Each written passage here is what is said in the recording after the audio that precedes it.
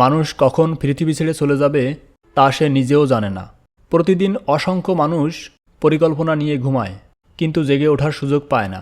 এই অনিশ্চয়তার মাঝেই আমাদের জীবনে আসে রমজান, আল্লাহর বিশেষ রহমত, মাগফিরাত ও নাজাতের মাস। তাই নিজেকে প্রশ্ন করা দরকার, যদি এটাই হয় আমাদের জীবনের শেষ রমজান, তবে আমি কিভাবে কাটাতে চাই? রমজান শুধু রোজা রাখার নাম নয়, এটি আত্মশুদ্ধির প্রশিক্ষণ। সারা বছরের অবহেলা, গাফলতি, গুনাহ সবকিছু থেকে ফিরে আসার একটি সুবর্ণ সুযোগ।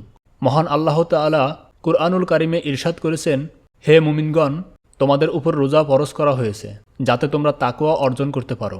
সূরা আল বাকারা 183 নম্বর আয়াত। অর্থাৎ রমজানের মূল লক্ষ্য তাকওয়া, আল্লাহভীতি ও আত্মসংযম। আমরা অনেক সময় রমজানকে রুটিনের অংশ হিসেবে বানিয়ে ফেলি। সেহরি, ইফতার, তারাবি সবই হয়, কিন্তু হৃদয়ে পরিবর্তন আসে না। অথচ এই মাসেই নাজিল হয়েছে কুরআন। কুরআনুল কারিম তেলাওয়াত, বোঝা ও আমলের মাধ্যমে জীবন বদলে দেওয়ার একটি সেরা সময়। রমজান আমাদের শিখায় ধৈর্য, সহানুভূতি ও আত্মসংযম। ক্ষুধা ও তৃষ্ণার মাধ্যমে আমরা উপলব্ধি করতে পারি অসহায় মানুষের কষ্ট। তাই এ মাস শুধু ব্যক্তিগত ইবাদতের জন্য নয়, বরং সামাজিক দায়িত্ববোধ জাগ্রত করারও সময়। দান, সদকা, জাকাত, গরিব দুঃখীর পাশে দাঁড়ানো, এই সব আমল আমাদের রোজাকে পূর্ণতা দেয়। সবচেয়ে বড় কথা, রমজান হলো ক্ষমা পাওয়ার মাস। হজরত মুহাম্মদ সাল্লাল্লাহু আলাইহি ওয়াসাল্লাম বলেছেন, যে ব্যক্তি ঈমান ও সওয়াবের আশায় রমজানে রোজা রাখে, তার পূর্বের গুনাহ মাফ করে দেওয়া হয়। তাই গাফিলতি নয়, আন্তরিক তওবা ও কান্নাভেজা দোয়ায় কাটুক প্রতিটি রাত।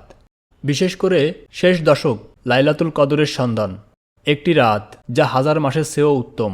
আমরা জানি না আগামী রমজান পর্যন্ত বেঁচে থাকব কিনা, তাই আজই সিদ্ধান্ত নেওয়া উচিত, অবহেলা নয়, ইবাদতে সর্বোচ্চ চেষ্টা করা।